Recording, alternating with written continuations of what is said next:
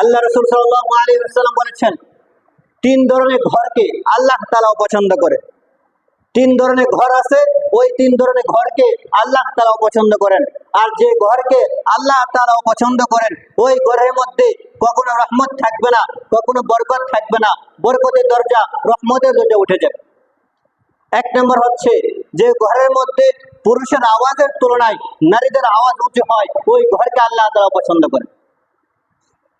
যে ঘরের মধ্যে নারী উঁচু আওয়াজে কথা বলে, পুরুষেরা নিম্ন আওয়াজে কথা বলে, ওই ঘরকে আল্লাহ তাআলা পছন্দ করে। দুই নম্বর হচ্ছে, যে ঘরের মধ্যে হারাম টাকা ঢুকে, ওই ঘরকে আল্লাহ তাআলা পছন্দ করে। হারাম টাকা দিয়ে আপনি কোটিপতি হতে পারেন, হারাম টাকা দিয়ে আপনি লাখপতি হতে পারেন, কিন্তু আপনার ঘরের মধ্যে কখনো শান্তি আসবে না। শান্তি জিনিসটা, প্রশান্তি জিনিসটা, ওইটা আল্লাহ তাআলার পক্ষ থেকে আসে, আর ওই জিনিসটা হালাল টাকার মধ্যে রয়েছে। যে ঘরের মধ্যে হারাম টাকা ঢুকে, অন্যের মাল ঢুকে, ওই ঘরকে আল্লাহ তাআলা পছন্দ করে।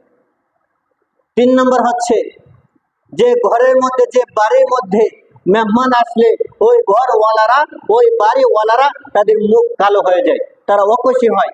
মেহমান আসলে যারা অখুশি হয়, ওই ঘরকে আল্লাহ তাআলা পছন্দ করে।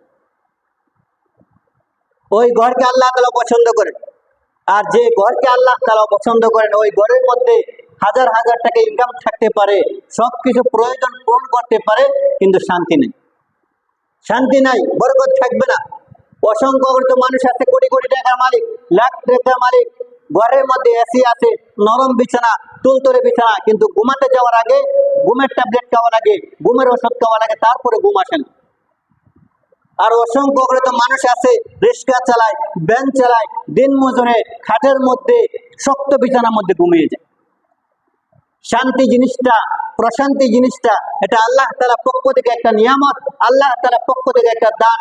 আর ওই দানটা, ওই নিয়ামতটা হারামের মধ্যে আসবে না, ওই নিয়ামতটা অন্যের মালের উপর আসবে না, ওই নিয়ামতটা আসবে হালাল টাকার মধ্যে। যে ঘরের মধ্যে হালাল টাকা ঢুকবে, ওই ঘরের মধ্যে শান্তি আসবে, রহমত আসবে, বারাকা আসবে।